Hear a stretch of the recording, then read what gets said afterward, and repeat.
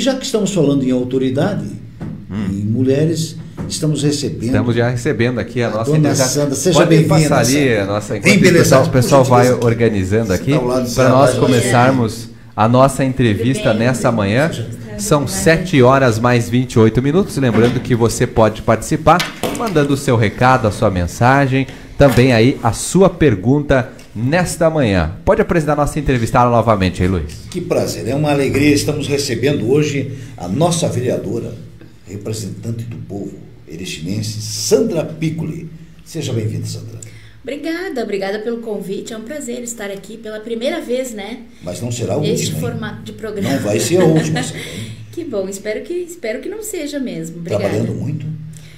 Olha, a gente se esforça, né? Não conseguimos fazer tudo o que gostaríamos de fazer, mas eu estava lendo, a senhora percebeu que eu estava lendo agora a notícia desse acordo. Brasil e Espanha assinam um acordo de combate ao racismo e à xenofobia. Precisa acabar. Está na hora, já passou do limite já, passou, né? Já passou do limite. O Brasil está atrasado nesse sentido, né? Mas também aos pouquinhos a história da escravidão no nosso país ela é muito recente, né? E tem reflexos até hoje. Perfeitamente. Vereadora, mais uma vez, seja bem-vindo. Obrigado por aceitar o convite do AO Online, estar aqui nos honrando nesses 10 anos com esse programa. A sua participação é muito importante. E eu começo lhe perguntando, né, a senhora está no seu segundo mandato, agora pelo segundo ano, frente à direção faz parte da direção da Câmara de Vereadores, da mesa diretora, né?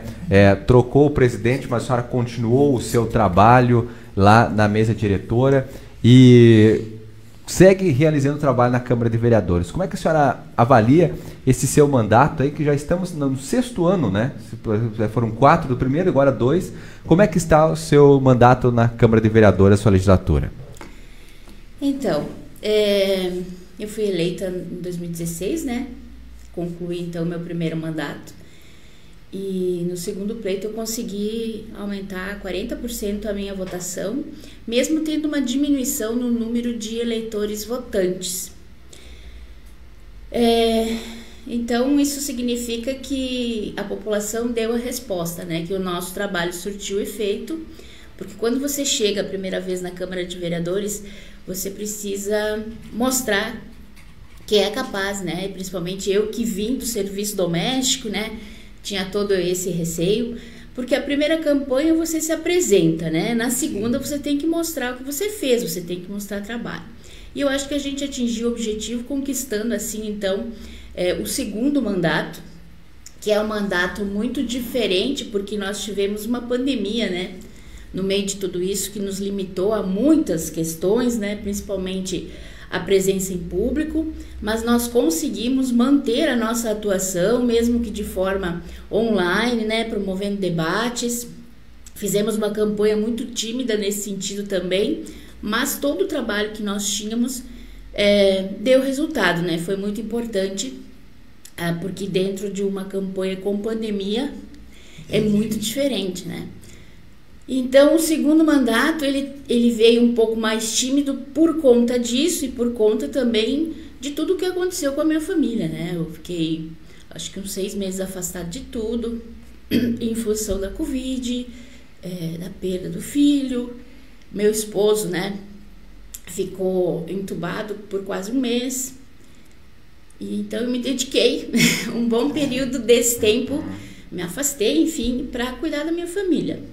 E voltamos, retomamos, claro que sem aquele grande entusiasmo, mas seguimos atuantes, porque isso também é uma forma da gente superar, né? É verdade. Toda essa tristeza. Perfeito. A gente sabe que realmente, como a senhora falou, é muito difícil você quebrar o paradigma de quando havia um círculo ali de muitos vereadores conseguindo se reeleger. Quando a senhora entra na Câmara de Vereadores, vem com uma proposta nova, uma pessoa que até então desconhecida, né? Não aparecia na mídia, uma representante realmente do povo para ser vereadora, né? Está sendo realmente o que a senhora imaginava, o legislativo, ou é um mundo completamente diferente, assim? Claro, hoje a senhora tem já a experiência já desses 4 anos, mas foi muito difícil chegar até essa caminhada, até esse momento? Não sei se difícil é a palavra. Desafiador.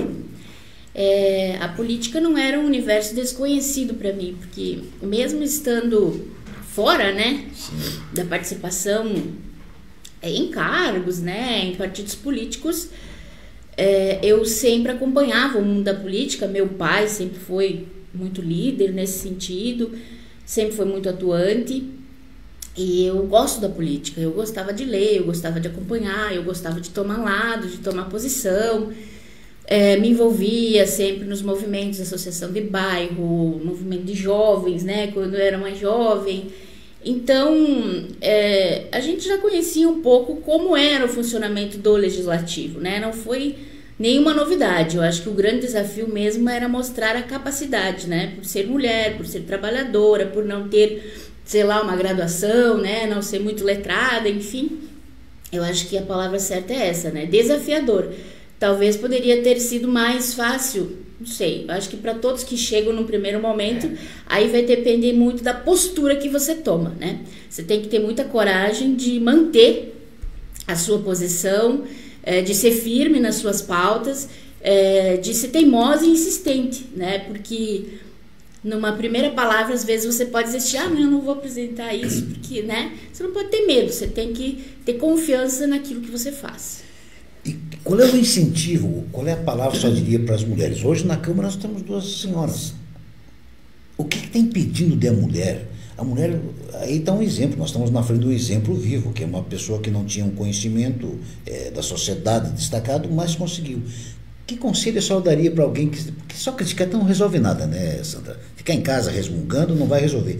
E essa mulher que está em casa e não sabe o poder que ainda tem, qual é o incentivo que está faltando para ela vir participar? Olha, a vida da mulher ela é mais conturbada porque ainda se atrela muito à responsabilidade do lar, né? Queira ou não queira, a gente ainda precisa avançar nesse sentido. Eu acho que porque a questão das cotas fez com que os partidos procurassem mais as mulheres, né? Então, antigamente na política você só via mulheres de uma certa forma de uma elite, né, participando. Dificilmente você veria mulheres negras, mulheres trabalhadoras, né? Não tinha essa procura por esses perfis, né? Então, exato.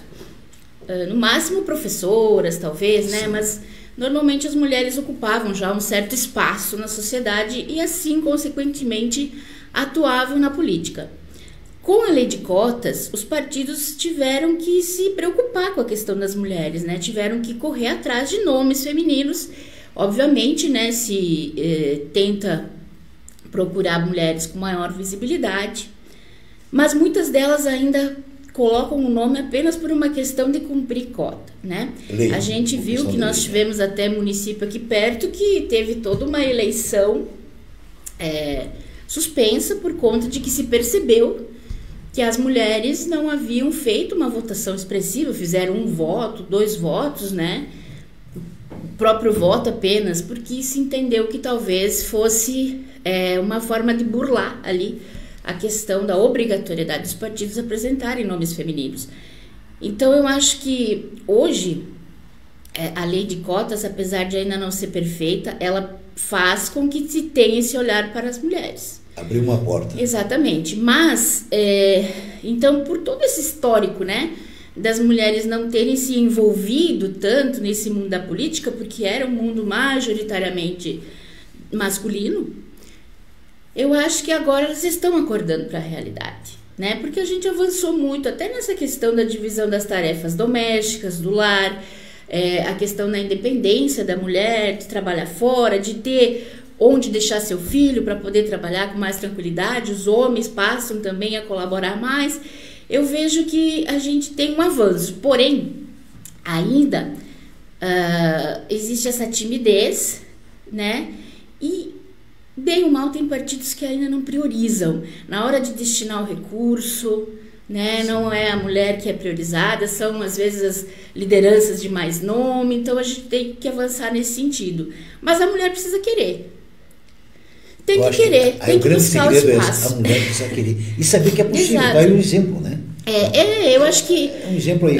Você não precisa entrar de cara num partido político e sair candidato a nada, mas você pode começar ocupando lá a presidência do conselho escolar, você pode ocupar a presidência da associação de bairro, você pode ocupar a direção no sindicato. É assim que você vai se destacando, porque aí é um caminho que você trilha para chegar em espaços maiores, né? Esse porque é difícil você sair do nada. Sim. Eu digo, eu não saí do nada, né? Tem um histórico aí, né? Sim. Eu era líder de grupo de jovens, eu era presidente de turma, hoje eu não sei se elegem presidente nas salas.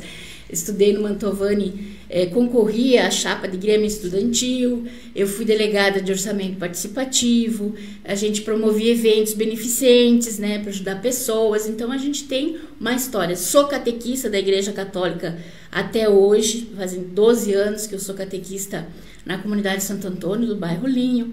Então, tem uma história. A gente tem uma história, não sai do nada. De repente é invisível para a mídia, para a imprensa, para o meio político como um todo, mas lá no meio do povo você tem uma visibilidade. E aí tu pega essa visibilidade, esse trabalho, e o reconhecimento acaba depois vindo nas urnas, né? Porque o pessoal já tem essa confiança do trabalho e aí é uma oportunidade que pode ser estendida para mais pessoas. E aí agora eu quero chamar um assunto que essa semana está na mídia, que a senhora solicitou a criação de um Conselho Municipal do Imigrante, porque Erechim vem cada vez mais recebendo imigrantes, né? A cidade novamente vem sendo, a gente no passado foi formado por imigrantes e agora recebe uma nova onda migratória, mais de venezuelanos, antigamente de haitianos, e isso é uma coisa que o poder público também precisa acompanhar de perto. Como é que a senhora acompanha essa situação dos imigrantes aqui em Erechim? A minha relação com os imigrantes, ela iniciou através de um projeto do Instituto Federal, na verdade que a professora Adriana Stort montou um grupo com várias entidades para começar a tratar essa questão dos imigrantes, né? Ela fez um estudo, uma pesquisa, e a partir disso ela também sentiu a necessidade de prestar um certo tipo de auxílio. Então eu fui inserida nesse grupo e a partir daí, na figura de vereadora, muitos imigrantes que chegam na cidade acabam nos procurando. Então, quando um deles nos procura a primeira vez, quando chega o segundo, já tem a referência. Procura a vereadora Sandra, fala com a vereadora Sandra, por quê? O que eles precisam? O básico, né, para se instalar. Às vezes alimentação, mas normalmente é questão móveis, moradia, emprego eles até não têm dificuldade de conseguir. E aí eu comecei a conversar com muitos deles, eu passei a me interessar mais até pelas culturas, passei a ser convidada para algumas atividades. E aí a gente entra no debate e vê as necessidades. Então a gente tem a Associação dos Venezuelanos, a gente tem a Associação dos Haitianos, mas cada um pleiteia as suas reivindicações isoladamente. Mas no final elas são as mesmas, né? Com exceção da língua, que os haitianos têm uma dificuldade maior, né, de compreensão. Então, o que a gente, dentro de uma conversa, né, com o pessoal da assistência social, numa reunião com os haitianos, surge essa ideia. Vamos criar o conselho. Porque o conselho vai abraçar todas as representatividades e através dali você constrói as políticas públicas, né? Um conselho propositivo, um conselho que consiga abarcar todas essas nacionalidades e também representantes do poder executivo, por exemplo, que é quem precisa mover as ações. Está em construção, né? Na última conversa que eu tive com a assistência social, mas eu acho que é um grande pontapé inicial para a gente poder aglomerar essas demandas e, de uma certa forma, contemplá-las, né? Porque, por exemplo, as associações buscam uma sede. Eu acho muito difícil conceder um espaço para uma sede dos venezuelanos, dos haitianos, dos senegaleses, mas talvez se eles se juntarem enquanto associação de imigrantes, é possível ter um espaço para uma sede para todos os imigrantes, né? Um ponto de referência para que eles tenham as orientações necessárias quando chegam na cidade. Porque eles mesmos vão se orientando daí, né? Eles mesmos vão acolhendo e direcionando as pessoas. E os imigrantes eu sou descendente de imigrantes, né? A minha família, meu bisavô, nasceu na viagem de navio. Eles chegaram aqui, tiveram as terras, tiveram o seu destino, e eu acho que naturalmente a gente hoje, no mínimo, né, ter essa mesma acolhida, porque somos humanos, né? Todos humanos dentro de um mesmo planeta. Infelizmente a gente vê muito preconceito com relação a isso, mas não podemos vê-lo só como mão de obra, né? Não ver o imigrante só como uma mão de obra, mas ver alguém que venha contribuir com o nosso município, com a cultura, com os costumes, né? Essa miscigenação, essa mistura de raças que é tão bonito no nosso país. Que faz a diferença no Brasil. Muito bem. Vereador, nossos ouvintes vão participando nesta manhã, muitos aqui parabenizando pelo seu trabalho, a Tere Silva dando parabéns, a Amélia Ostrowski destacando o seu bom trabalho, alguns da região, como a Leonilda Gomes e Severiano de Almeida, acompanhando a gente aqui nessa manhã e também destacando a importância do seu trabalho. E é muito importante o que a senhora fala dessa questão que é preciso a gente ter conscientização de respeitar o próximo, né? Como é que a senhora vê esse momento que nós estamos vivendo aí conturbado, que essa questão às vezes é que o respeito às vezes fica esquecido em segundo plano frente a tantas diversidades que nós temos, seja política, seja de outras situações religiosas e tudo mais. Como é que a senhora vê esse momento? É triste, né? É um momento que eu acho que a gente está passando por um processo de debate a respeito disso e de conscientização a respeito disso também, né? Eu tenho que dizer que isso tem muita influência das redes sociais, sim. Por quê? Dificilmente você aqui na minha frente vai me ofender ou falar alguma coisa, né, que possa criar um atrito, né? A gente, como ser humano, aprende a ter respeito, né? Os pais normalmente nos ensinam a respeitar, a ouvir, né? Na maioria das vezes, com exceções.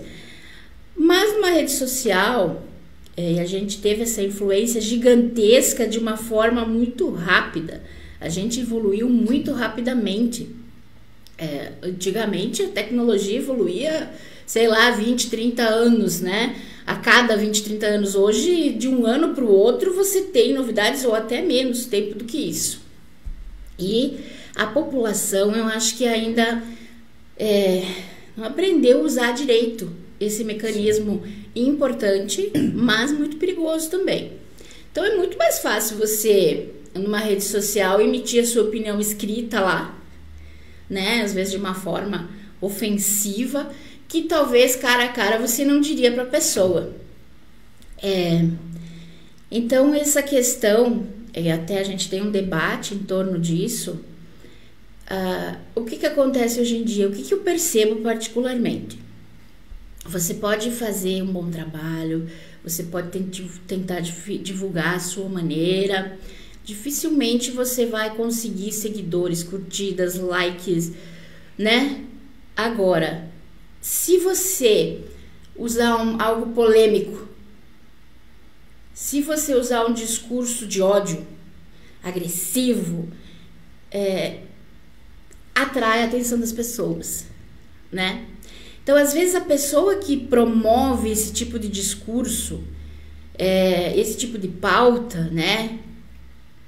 Ela nem tem essa índole.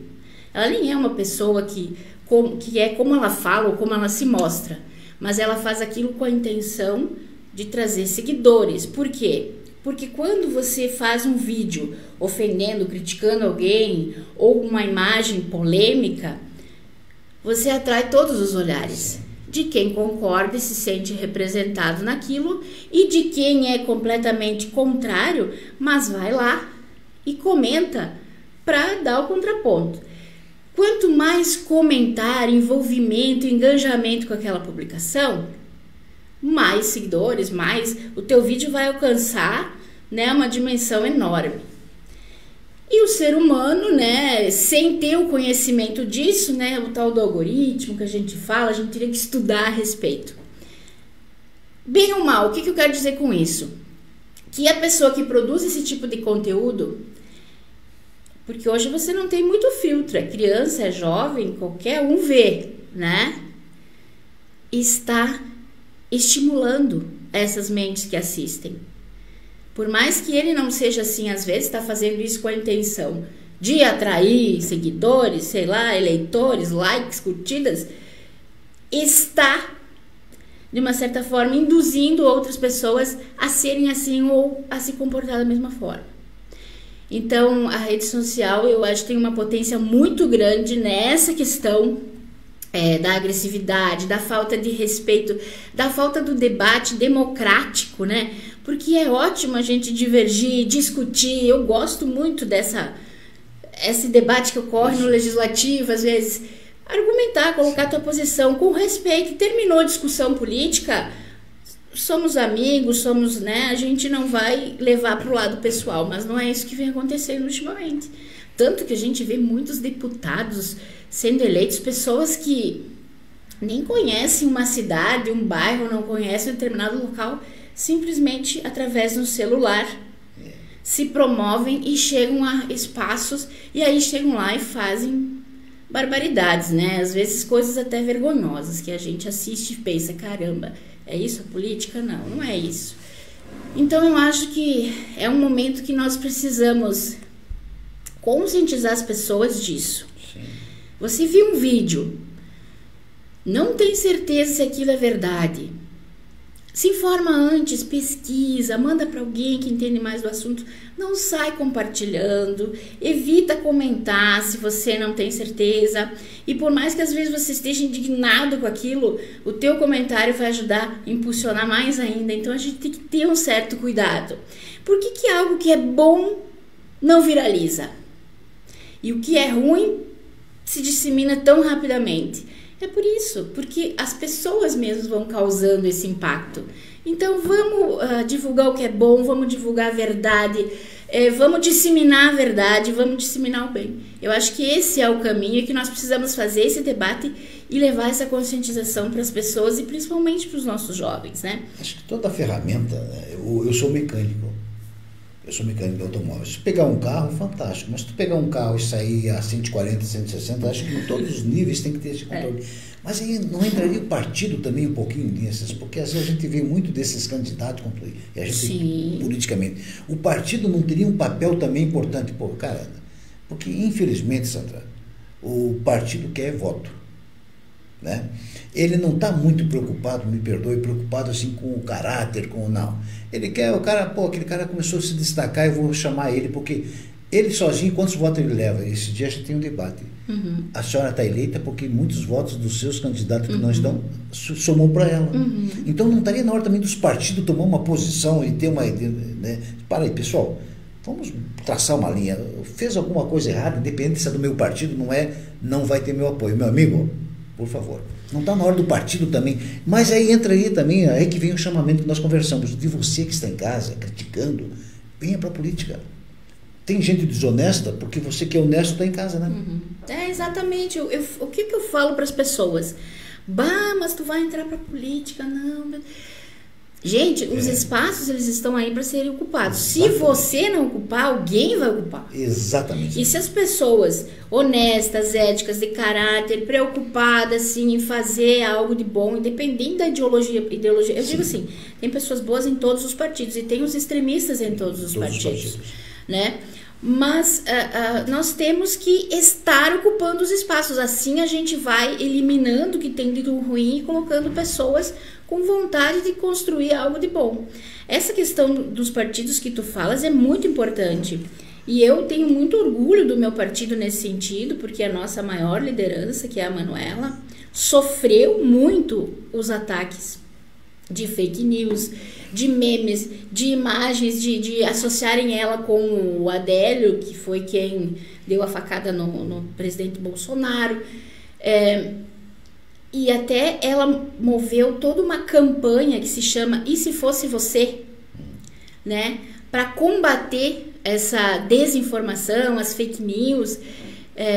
Inclusive a gente trouxe esse debate para Erechim exatamente para tentar mostrar para a população. A Manuela é uma pessoa que lida muito bem com as redes sociais, mas sempre com a verdade. Ela é muito transparente. Dificilmente você vai ver ela divulgando uma mentira, né? Ou montando um meme, um vídeo polêmico para ganhar seguidores. Ela vem disso desde o início da sua carreira política e conseguiu acompanhar. Ela montou uma campanha e, se fosse você, ela pegava depoimentos de pessoas que sofreram, né? Muitas foram agredidas na rua. Nós tivemos agora um caso de um rapaz que foi morto porque confundiram ele com um assaltante ou com, né? Não é o primeiro caso, por conta de imagens que circularam. Então ela pegava os depoimentos das pessoas, as pessoas falando o que aconteceu com elas, e fica a pergunta: e se fosse você, né? Sim. Se fosse com você que fez isso, né? Você que promoveu, se fosse com alguém da tua família que fizessem isso, como você se sentir? Ela teve a filha ameaçada na escola, né? Então é muito importante a atuação das lideranças políticas e dos partidos políticos nesse sentido, com certeza, mas infelizmente a gente não tem como controlar os outros. Duas coisas importantes que a senhora fala, que é uma coisa que eu vejo muita necessidade: as pessoas se colocar no lugar do próximo, sempre tentar ter a empatia, né? Mas também sempre aquela história que a gente sempre fala, né, em vários momentos para as pessoas, né? Avalie em quem você está votando, né? Não vote só por dizer que eu conheço o fulano na internet. Procure a história daquela pessoa, veja o que ela fez, o trabalho que ela fez, o que ela faz para a comunidade, né? Então, aí dê o seu voto, porque quando você vota em alguém que você sabe que já fez alguma coisa, pode ter resultado, né? A senhora serve como exemplo isso. As pessoas que votaram, a senhora já conheciam o seu trabalho lá atrás, muitas delas, e sabiam, não, se a Sandra estiver na Câmara de Vereador, ela já tem um trabalho e ela vai desenvolver esse trabalho ainda mais com a comunidade. Então, é importante você pesquisar sempre o candidato que você está votando. Indo nessa história, a senhora se colocou como candidata a deputada federal aqui por Erechim nas últimas eleições, e também falou a importância de ocupar esse espaço. Eu queria que a senhora fosse, na sua avaliação, como é que a senhora vê a importância da nossa cidade ter uma representação nos poderes como o Estado e também a Câmara dos Deputados? Então, eu fui a primeira mulher candidata a deputada federal da região Alto Uruguai, toda a história, né? Agora, no ano passado, a gente já não teve... Pioneira, no fato. Pioneira, né? Entrei para a história nesse sentido. Embora a minha votação tenha sido uma votação pouco expressiva, foi uma experiência maravilhosa, né? Eu basicamente andei aqui na região, né?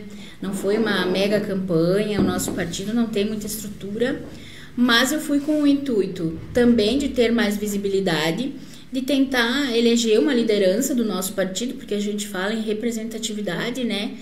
Então, os meus votos poderiam se somar. Infelizmente, nós não conseguimos lá em 2018, mas talvez, se eu não tivesse sido candidata a deputada federal, eu não teria me reelegido em 2020, porque você tem uma campanha a mais ali que te leva para a mídia, te coloca no debate.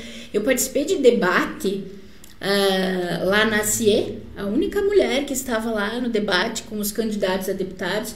Eu participei de um debate que foi organizado pela Mitra Diocesana, lá no Seminário de Fátima.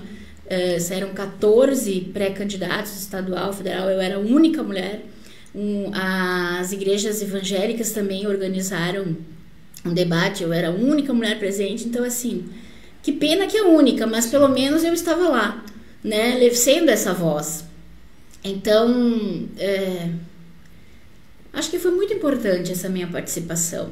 Mostrou que a gente tem a possibilidade de ocupar o espaço, tem a possibilidade de ser voz. Que é necessário estar lá. Exato, foi um momento muito difícil, uma eleição toda polarizada, toda aquela, no auge daquele processo de condenação do Lula.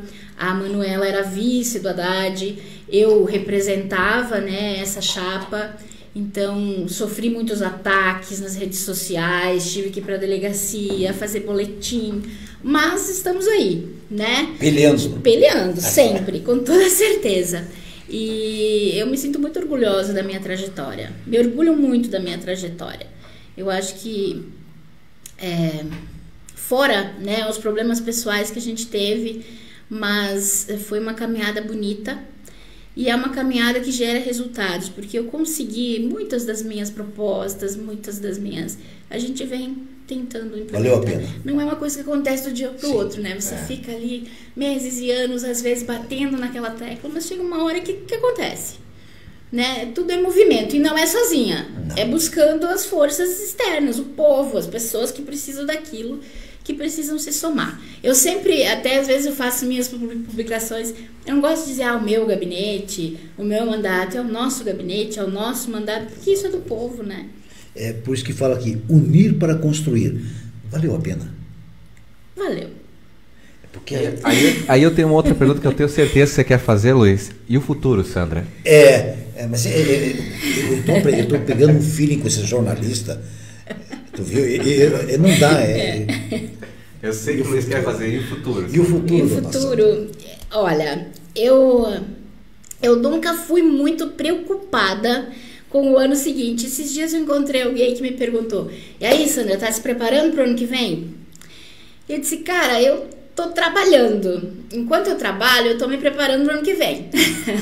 Porque eu nem sei se vou estar aqui ano que vem, né? E principalmente com tudo que aconteceu ultimamente, com a minha família, essa perda, eu vejo que nós precisamos pensar mais no momento e deixar que o resto vai acontecendo naturalmente. Óbvio, né? Começam as conversas, as negociações políticas. Estou no meu 2º mandato. É óbvio que chega uma hora e você pensa, eu quero ir mais além, né? Ou quero, sei lá, ocupar um cargo no executivo, mas tudo tem o seu momento. Nós hoje sou base do governo Poli, sim, é um projeto que eu apoiei, ajudei a eleger, a gente tem atuado junto, construindo, às vezes com algumas divergências em algumas questões, normal, natural e importante para a gente melhorar o processo. Não é do meu feitio ficar ali 2, 3 anos e pouco e depois abandonar o barco do nada. Então, o nosso sentido é de construir e manter uma aliança pelo bem do município, né? Eu acho que essas questões nós precisamos pontuar. Tu quer ser candidata a prefeita? Não posso pensar em mim. Sim. Tu quer ser candidata a vice? Não posso pensar em mim. A gente precisa olhar o contexto. Bom, mas quem vai estar do outro lado? Como vão acontecer as alianças? O quanto isso aqui pode interferir, né, pra gente jogar nas mãos de alguém que não possa ser o que a gente acredita. Então, é isso. Eu sigo trabalhando. Vamos atuar para unir. Meu amigo unir para construir. Quando interromper ela, tu já viu que ela já pegou a linha política, né? Falou, mas não disse nada. Mas está disposta. É um belo nome, Sandra.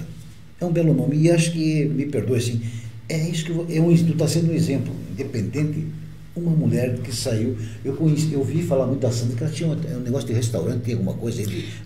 Trabalhava, né? Na verdade, Sandra, uma sucessão. Eu fui candidato, eu acho que eu vou copiar a Sandra, montar um restaurante, alguma coisa. Eu não ia levar sorte, eu ia comer os negócios.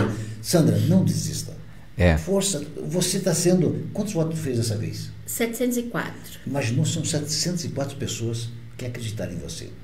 E numa crítica, eleição... olha, Sandra, esse dia agora, essa semana, eu vi uma notícia que assassinaram um sacerdote, um cristão, porque alguém disse que ele era... Então, os dois lados vai ter isso. Então, foca que tem pessoas acreditando em você. Não, isso eu já aprendi a lidar com essas questões. As críticas construtivas são bem-vindas. Convidar para uma cabeça de chapa assim. Ninguém está ouvindo agora, eu e você. Né? Ninguém está ouvindo. Ninguém está vendo nada assim. O nome está à disposição, assim, de repente. Não? Ninguém está vendo, pode falar. Depende da cabeça de chapa. Tá vendo? Eu consegui, tu conseguiu, tá vendo? Olha, mas nós estamos chegando ao final da nossa entrevista, depois dessa revelação aí. Eu consegui. Mas estamos no nosso horário também. E olha, mais uma vez, eu quero agradecer a sua vinda aqui, vereadora Sandra. Muito obrigado, muito nos honra a sua participação aqui. E volte outras vezes, porque a senhora é sempre bem-vinda aqui no AU Online para estar falando dos seus projetos, do que a senhora defende, dessa situação, porque não são só os 700 votos aí que a senhora recebeu, toda a comunidade a senhora representa, né? Todos gostam do seu trabalho, né? E tenho certeza que gostam muito também de ver aqui a senhora falando para a comunidade. Muito obrigado mais uma vez e volte outras vezes. Eu que agradeço esse convite maravilhoso, passou tão rápido, né? Eu quero agradecer o carinho de todas as pessoas que interagiram aí, o carinho que eu tive de todas as pessoas em todo momento difícil que eu passei, estou passando na minha vida. E é bem isso, unir para construir. Na hora da eleição, do debate, a gente diverge, a gente mostra a nossa proposta, mas depois nós precisamos construir as soluções, e isso perpassa por dialogar com todas as frentes políticas, né? O que nós não podemos é ter uma opinião só. Eu acho que por isso é importante estarmos ali, nesse meio, para colocar a nossa voz também e a voz do povo que precisa do serviço público. Muito obrigada, parabéns online pelo trabalho que vocês fazem aí. Luizão. Agradecer, né? Nossa, tá show de bola. Luizão, segunda-feira